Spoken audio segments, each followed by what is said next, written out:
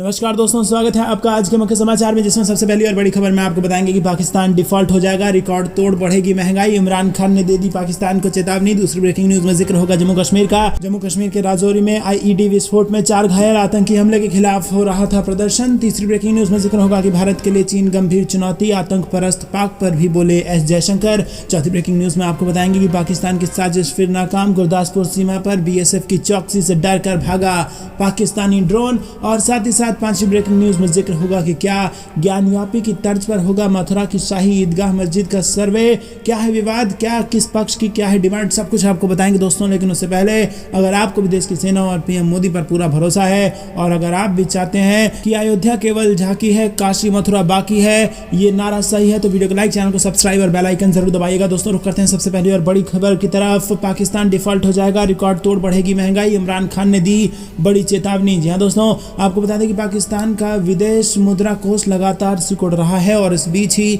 पूर्व प्रधानमंत्री इमरान खान ने बड़ी चेतावनी दी है। इमरान ने देश की गठबंधन सरकार को जमकर फटकारा है और पीएम शहबाज शरीफ की आर्थिक नीतियों को बकवास करार दिया है। इमरान ने कहा है कि अगर जल्द ही देश को अंतर्राष्ट्रीय मुद्रा कोष की तरफ से लोन नहीं मिला तो फिर वो डिफॉल्ट हो सकता है। इमरान ने रविवार को अपनी पार्टी पाकिस्तान तहरीक इंसाफ के कार्यकर्ताओं को संबोधित करते हुए ये बात कही है। उन्होंने कहा है कि देश के पास कोई और विकल्प ही नहीं है और उसे हर हाल में जल्द से जल्द आईएएफ से मदद चाहिए। इमरान की इस चेतावनी को पीएम की पूर्व विशेष सलाहकार डॉक्टर सानिया निस्तर का भी समर्थन मिला है। दोस्तों रुक करते हैं अगली ब्रेकिंग न्यूज की तरफ। जम्मू कश्मीर के राजौरी में आईईडी विस्फोट में 4 घायल, आतंकी हमले के खिलाफ हो रहा था प्रदर्शन। जी हाँ दोस्तों, जम्मू कश्मीर के राजौरी जिले के डांगरी गांव में सोमवार को हुए विस्फोट में 4 लोग घायल हो गए हैं। आधिकारिक सूत्रों ने जानकारी देते हुए बताया कि घटना इलाके में 3 घरों पर संदिग्ध आतंकवादियों की गोलीबारी में 4 नागरिकों की मौत और 6 अन्य के घायल होने के 1 दिन बाद हुई है। सूत्रों ने बताया कि धमाका डांगरी गांव में हुआ, जहां रविवार की शाम कुछ घरों पर गोलीबारी हुई। उन्होंने बताया कि घटना में 4 लोग घायल हो गए और उन्हें अस्पताल ले जाया जा रहा है। बताते चले कि राजौरी में रविवार को आतंकियों ने 3 अल्पसंख्यकों के घरों पर हमला बोला और यह हमला अपर डांगरी इलाके में हुआ है और यहाँ हथियारबंद 2 आतंकियों ने पहले एक अल्पसंख्यक, फिर दूसरे और तीसरे घर को निशाना बनाकर 4 लोगों को मौत के घाट उतार दिया। दोस्तों रुक करते हैं ब्रेकिंग न्यूज की तरफ। भारत के लिए चीन की गंभीर चुनौती, आतंक परस्त पाकिस्तान पर भी बोले एस जयशंकर। जी हाँ दोस्तों, आपको बता दें कि विदेश मंत्री एस जयशंकर ने चीन के साथ समस्या को एक गंभीर चुनौती बताया और पाकिस्तान पर कटाक्ष किया और कहा कि इस्लामाबाद से सीमा पर आतंकवाद की समस्या अभी भी जारी है। जयशंकर वियना में प्रवासी भारतीयों के साथ बातचीत कर रहे थे और जयशंकर ने कहा कि शासन में बदलाव के बाद से हमारी राष्ट्रीय सुरक्षा बहुत मजबूत हुई है। एस जयशंकर ने कहा कि मैंने आपसे शासन में बदलाव के बारे में बात की। मैं ये भी कहना चाहता हूँ कि इस अवधि में हमारी राष्ट्रीय सुरक्षा में बहुत गहरा बदलाव आया है और उनमें से बहुत कुछ निश्चित रूप से अधिक तीव्र चुनौतियों के आसपास केंद्रित हैं जो हम चीन के साथ अपनी उत्तरी सीमा पर सामना करते हैं। मुझे लगता है कि आप में से अधिकांश इससे परिचित होंगे। उन्होंने कहा कि निश्चित तौर पर पाकिस्तान के साथ सीमा पार आतंकवाद की समस्या हमारे सामने बनी हुई है। भारतीय और चीनी सैनिक 9 दिसंबर को तवांग सेक्टर में वास्तविक नियंत्रण रेखा पर भिड़ गए और इस आमने सामने की लड़ाई में दोनों पक्षों के कुछ कर्मियों को मामूली चोटें आई थी। दोस्तों रुक करते हैं अगली ब्रेकिंग न्यूज की तरफ। पाकिस्तान की साजिश फिर नाकाम, गुरदासपुर सीमा पर बीएसएफ की चौकसी से डर कर भागा पाकिस्तानी ड्रोन। जी हाँ दोस्तों, आपको बता दें कि पंजाब के गुरदासपुर इलाके में बीएसएफ ने पाकिस्तान की एक बड़ी साजिश नाकाम कर दी है और वहां के कमालपुर चौकी पर करीब 10:10 पर बीएसएफ के जवानों ने एक ड्रोन देखा, जिसके बाद उसे भगा दिया गया है। दरअसल आपको बता दें कि जैसे ही जवानों ने ड्रोन को देखा उन्होंने उसकी ओर फायरिंग की, जिसके बाद ड्रोन पाकिस्तान की ओर लौट गया। पाक अपनी हरकतों से कभी बाज नहीं आ सकता है और इसी कारण वह लगातार ड्रोन से पंजाब में हमला करने की फिराक में रहता है। बीते कुछ सालों में ऐसे कई हमले बीएसएफ ने नाकाम किए हैं और ड्रोन के पंजाब में घुसने की कोशिश बीते शनिवार को की गई थी और उस दौरान भी बीएसएफ ने गोलीबारी कर उसे भगा दिया था। 113 बटालियन के कस्सोवाल के जवानों ने पाकिस्तानी ड्रोन को देखते ही फायरिंग की और यहां तक कि रोशनी वाले इलू बम भी दागे और इससे ड्रोन भाग गया। रुक करते हैं अगली ब्रेकिंग न्यूज की तरफ। क्या ज्ञानव्यापी की तर्ज पर होगा मथुरा की शाही ईदगाह मस्जिद का सर्वे, क्या है विवाद, किस पक्ष की क्या है डिमांड, ये आपको बता दें दोस्तों कि वाराणसी की ज्ञानव्यापी मस्जिद के बाद अब मथुरा की शाही ईदगाह मस्जिद का सर्वे किया जाएगा और ये सर्वे आर्कियोलॉजिकल सर्वे ऑफ इंडिया की टीम करेगी।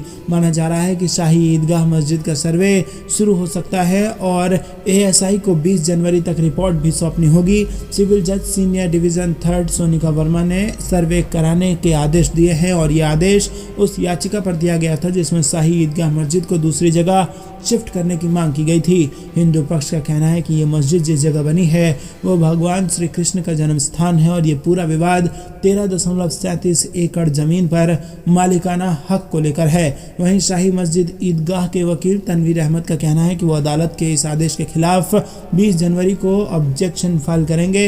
हिंदुओं का दावा है कि औरंगजेब ने काशी और मथुरा में मंदिर तोड़वाकर मस्जिद बनवा दी। औरंगजेब ने 1669 में काशी में विश्वनाथ मंदिर तोड़वाया था और 1670 में मथुरा में भगवा केशव देव का मंदिर तोड़ने का फरमान जारी किया था। दोस्तों रुक करते हैं अगली ब्रेकिंग न्यूज की तरफ। 2023 के कैलेंडर से बिछेगी 2024 की सियासी बिसात, कई राज्यों के चुनाव परिणाम देंगे बड़े संदेश। जी हाँ दोस्तों, साल 2022 अलविदा हो चुका है और नए साल की दस्तक के साथ 2023 में लोग प्रवेश कर चुके हैं और भारत के सियासी परिदृश्य के लिहाज से 2023 को चुनावी साल के तौर पर देखा जा रहा है। इस साल दक्षिण भारत से लेकर पूर्वोत्तर और उत्तर भारत के हिंदी पट्टी वाले राज्यों में विधानसभा चुनाव होने वाले हैं और ऐसे में माना जा रहा है कि साल 2023 के चुनावी नतीजे और राजनीतिक गतिविधियों से सिर्फ 2024 की सियासी बिसात ही नहीं बिछेगी बल्कि लोकसभा चुनाव की दिशा और दशा भी तय हो जाएगी। साल 2023 के शुरू से लेकर अंत तक 9 राज्यों में चुनाव होने वाले हैं। साल के शुरू में 4 राज्यों में चुनाव हैं जबकि साल के आखिर में 5 राज्यों में चुनाव हैं। दक्षिण भारत के कर्नाटक और तेलंगाना में विधानसभा चुनाव होंगे तो पूर्वोत्तर के मेघालय, त्रिपुरा, नागालैंड और मिजोरम में चुनाव होने हैं जबकि हिंदी पट्टी के 3 बड़े राज्य मध्य प्रदेश, राजस्थान और छत्तीसगढ़ में भी चुनाव होंगे। दोस्तों रुक करते हैं अगली ब्रेकिंग न्यूज की तरफ। बीजेपी के संपर्क में है जेडीयू के कई सांसद, पूर्व मुख्यमंत्री का बड़ा दावा, सीएम नीतीश के फैसले को बताई इसकी वजह। जी हाँ दोस्तों, बिहार के पूर्व उप मुख्यमंत्री और बीजेपी नेता तारकिशोर प्रसाद ने बड़ा दावा किया है और उन्होंने कहा है कि जेडीयू के कई सांसद बीजेपी के संपर्क में हैं और कहा कि सीएम नीतीश कुमार ने विपक्ष की ओर से राहुल गांधी को पीएम पद का उम्मीदवार मान लिया है और इसीलिए अब जेडीयू के नेता और सांसदों को अपने फ्यूचर की टेंशन सता रही है। रविवार को तारकिशोर ने एक चैनल से बातचीत में साफ साफ कहा कि जेडीयू नेता आशंकित हैं, यही कारण है कि जेडीयू के कई सांसद बीजेपी के संपर्क में हैं। तारकिशोर प्रसाद ने आगे कहा कि राजनीतिक परिस्थिति के अनुसार वह इस चीज का दावा कर रहे हैं। प्रधानमंत्री कौन होगा ये तो जनता तय करेगी, लेकिन नीतीश कुमार ने राहुल गांधी को विपक्ष की ओर से पीएम कैंडिडेट मान लिया है और यही कारण है कि जेडीयू के नेता और सांसद भविष्य को लेकर आशंकित हैं। ये तो साफ है कि वो लोग बीजेपी के कांटेक्ट में हैं। तारकिशोर प्रसाद ने ये बात भी कटिहार में कही है। रुक करते हैं अगली ब्रेकिंग न्यूज की तरफ। एक्शन में गृह मंत्री अमित शाह यूपी बीजेपी में खुद करेंगे मंथन, लोकसभा की हारी हुई सीटों पर तैयारियां कर दी गई हैं तेज। जी हां दोस्तों, उत्तर प्रदेश में बीजेपी में लोकसभा चुनाव 2024 के लिए तैयारी तेज कर दी गई है और इसके लिए यूपी बीजेपी में मंथन के लिए केंद्रीय गृह मंत्री अमित शाह ने खुद मोर्चा संभाल लिया है। लोकसभा की हारी सीटों पर अब खुद गृह मंत्री अमित शाह मंथन करेंगे और सूत्रों के अनुसार 16 जनवरी को अमित शाह अंबेडकर नगर और बलरामपुर में रहेंगे। 2024 के लोकसभा चुनाव की तैयारी में बीजेपी का शीर्ष नेतृत्व जुट गया है और 19 के लोकसभा चुनाव में बीजेपी गठबंधन ने यूपी में 80 में से 64 सीटें जीती थी, जो 14 के मुकाबले 9 सीटें कम जीती थी। हालांकि नतीजों में अंतर की एक बड़ी वजह 2019 के चुनाव में सपा बसपा गठबंधन भी रहा था, जबकि जून 22 में हुए उपचुनाव में बीजेपी ने आजमगढ़ और रामपुर की सीट भी अपने खाते में कर ली और अब बची हुई 14 सीटों पर बीजेपी की नजर है। 19 में BJP Ambedkar Nagar seat 96,000 vote से हारी थी, जबकि 22 के विधानसभा चुनाव में भी अंबेडकर नगर लोकसभा की 5 विधानसभा बीजेपी हार गई थी। दोस्तों रुक करते हैं अगली ब्रेकिंग न्यूज की तरफ। नोटबंदी पर केंद्र सरकार का फैसला सही, सुप्रीम कोर्ट ने लगाए मोहर। जी हां दोस्तों, सुप्रीम कोर्ट ने सोमवार को बड़ा फैसला सुनाते हुए केंद्र सरकार के 2016 में 500 रुपए और 1000 रुपए के नोट को बंद करने के फैसले को बरकरार रखा है। सुप्रीम कोर्ट ने मोदी सरकार की नोटबंदी को चुनौती देने वाली 58 याचिकाओं पर सुनवाई करते हुए यह फैसला सुनाया। जस्टिस अब्दुल नजीर की अध्यक्षता वाली 5 जजों की संवैधानिक बेंच ने कहा कि आर्थिक फैसलों को बदला नहीं जा सकता।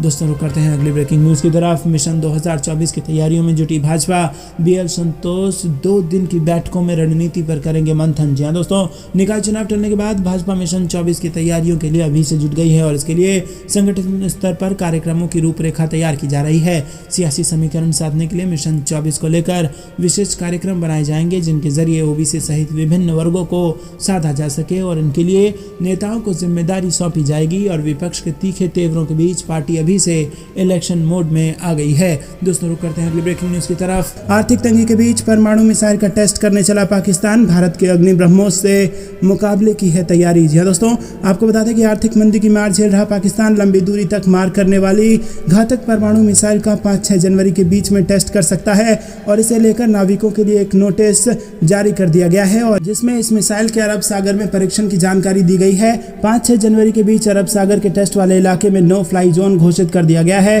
पाकिस्तान सरकार ने मिसाइल परीक्षण का यह फैसला ऐसे समय लिया है जब भारत ने कुछ दिनों पहले ही आकाश से प्रक्षेपित ब्रह्मोस मिसाइल के अधिक दूरी की क्षमता वाले वेरिएंट का सफल परीक्षण किया है।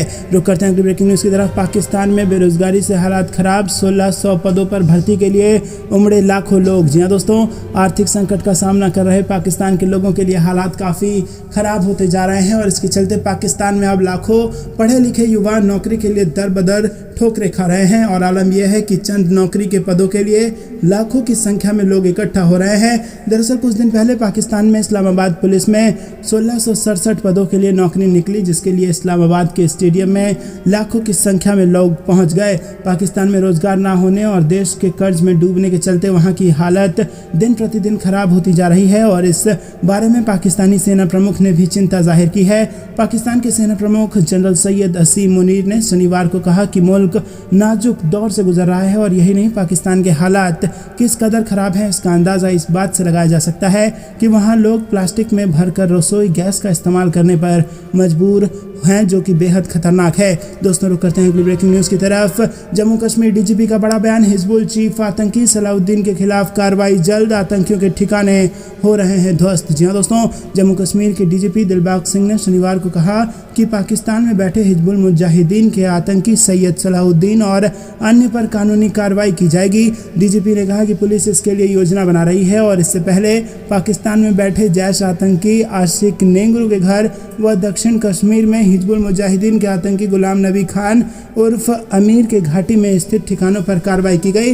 2022 में सार्वजनिक सुरक्षा अधिनियम के तहत 649 आतंकी मददगारों पर मुकदमा दर्ज किया गया है। आतंकियों व हथियार पहुंचाने के लिए इस्तेमाल किए गए 50 वाहन जब्त किए गए हैं। दहशतगर्दों को पनाह देने के लिए इस्तेमाल किए 28 घरों और अन्य भवनों को सील कर दिया गया है। डीजीपी ने कहा है कि कश्मीर और जम्मू संभाग में जिला स्तर पर विशेष जांच इकाई गठित की गई है ताकि कार्रवाई में तेजी लाई जा सके। इसी के साथ दोस्तों, आपको बता दें कि आतंकवाद के खिलाफ सुरक्षा बलों का कड़ा अभियान जारी रखते हुए अनंतनाग प्रशासन ने पहलगाम के लीवर गांव में सरकारी भूमि पर कब्जा कर बनाए गए हिजबुल मुजाहिदीन के आतंकी कमांडर गुलाम नबी खान उर्फ आमिर खान के घर को बुलडोजर लगाकर ढहा दिया। आमिर इस समय पाकिस्तान में है और वो आतंकवाद के शुरुआती दौर के दशक में पाकिस्तान चला गया था।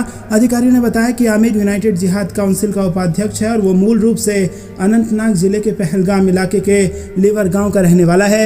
दोस्तों, रुक करते हैं अगली ब्रेकिंग न्यूज की तरफ। श्रीलंका के इस कुख्यात डॉन के रामेश्वरम में घुसने की खबर से मचा हड़कंप, तमिलनाडु पुलिस हाई अलर्ट पर। जी हां दोस्तों, आपको बता दें कि श्रीलंका के कुख्यात अंडरवर्ल्ड डॉन और ड्रग तस्कर मोहम्मद नाजिम मोहम्मद इमरान के भारत के रामेश्वरम में घुसने की खबर से हड़कंप मच गया है और इसे लेकर तमिलनाडु पुलिस हाई अलर्ट पर है। सूत्रों ने बताया कि 2019 में दुबई से श्रीलंका में निर्वासित किए जाने के बाद श्रीलंका की एक अदालत से जमानत मिलने पर वो रामेश्वरम आ गया और सूत्रों ने यह भी बताया है कि केंद्रीय खुफिया एजेंसी ने राज्य में डॉन की मौजूदगी की सूचना पुलिस को दी है।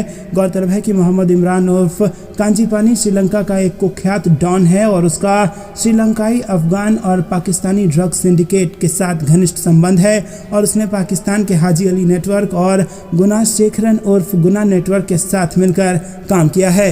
दोस्तों, रुक करते हैं अगली ब्रेकिंग न्यूज की तरफ। 2024 में पूरा हो जाएगा राम मंदिर का निर्माण, विकास से पर्यटन के शिखर पर पहुंचेगी धर्म नगरी अयोध्या। जी हाँ दोस्तों, आपको बता दें कि अयोध्या में श्री राम जन्मभूमि पर भव्य राम मंदिर का निर्माण वर्ष 2024 तक पूरा हो जाएगा। मौजूदा समय में मंदिर निर्माण का आधा से अधिक कार्य पूरा हो चुका है। संभवतः लोकसभा चुनाव 2024 से पहले मंदिर में रामलला विराजमान कर विधिवत पूजा अर्चना शुरू हो जाएगी। एक और राम मंदिर दुनिया भर की आस्था का केंद्र बनेगा तो वहीं योगी सरकार ने राम नगरी को विश्व के आध्यात्मिक पर्यटन के नक्शे पर नई पहचान दिलाने के लिए दिव्य अयोध्या, भव्य अयोध्या बनाने की योजना बनाई हुई है। योगी सरकार ने वर्ष 2017 में पहली बार अयोध्या में दीपोत्सव का भव्य आयोजन कर साफ संकेत दिया था कि अयोध्या सरकार की सर्वोच्च प्राथमिकता है। अब वोट बैंक की राजनीति के चक्कर में अयोध्या के विकास के साथ कोई समझौता नहीं होगा। अयोध्या में राम मंदिर का का शिला पूजन होने के बाद से सरकार रामनगरी के विकास में जुटी है और मुख्यमंत्री योगी आदित्यनाथ ने साफ किया है कि पर्यटन के नक्शे पर अयोध्या शीर्ष पर रहे। सरकार की ओर से वहां 84 कोसी परिक्रमा मार्ग को आधार मानकर करीब 30,000 करोड़ रुपए के विकास कार्य हो रहे हैं। अयोध्या में 821 एकड़ में बन रहे मर्यादा पुरुषोत्तम श्री राम अंतर्राष्ट्रीय हवाई अड्डे की डेडलाइन मार्च 2023 रखी गई है और रनवे का 60% काम पूरा हो चुका है। पहले चरण में टर्मिनल का करीब 45% काम भी पूरा हो चुका है। रुक करते हैं अगली ब्रेकिंग न्यूज की तरफ। जम्मू कश्मीर में नव वर्ष पर वैष्णो देवी दरबार में उमड़ी आस्था, भीड़ पर 500 कैमरों से रखी जा रही नजर। जी हाँ दोस्तों, आपको बता दें कि नए साल पर माता वैष्णो देवी का आशीर्वाद पाने के लिए भक्त लगातार भवन की तरफ बढ़ते जा रहे हैं। शनिवार देर शाम तक करीब 50,000 से अधिक दरबार के लिए कड़ी निगरानी के बीच रवाना हो चुके हैं और पिछले वर्ष हुए हादसे से सबक लेते हुए इस बार भीड़ को नियंत्रित करने के विशेष इंतजाम किए गए हैं। जी हाँ दोस्तों, आपको बता दें कि RFID कार्ड के बिना किसी को आगे नहीं बढ़ने दिया गया और यात्रा मार्ग पर भीड़ पर 500 CCTV कैमरे से नजर रखी जा रही है। श्राइन बोर्ड सहित स्थानीय प्रशासन विशेष रूप से सतर्क है और बोर्ड ने बाणगंगा से भवन तक सुरक्षा के बेहतर प्रबंध किए हैं। रुक करते हैं अगली ब्रेकिंग न्यूज की तरफ। पूरे देश में जैन समुदाय का प्रदर्शन, झारखंड सरकार के खिलाफ खुला मोर्चा, समेत शिखर मामला। जी हाँ दोस्तों, आपको बता दें कि देश की राजधानी दिल्ली से लेकर मुंबई तक जैन समुदाय के लोग सड़क पर उतर आए हैं। नए साल के मौके पर दिल्ली के इंडिया गेट पर जैन समुदाय की भारी भीड़ ने झारखंड सरकार के खिलाफ जमकर प्रदर्शन करते हुए नारेबाजी की है। और दोस्तों, ये बेहद बड़ी खबर दिल्ली से आ रही है। रुक करते हैं अगली ब्रेकिंग न्यूज की तरफ। लोकसभा का चुनाव का सेमीफाइनल होंगे।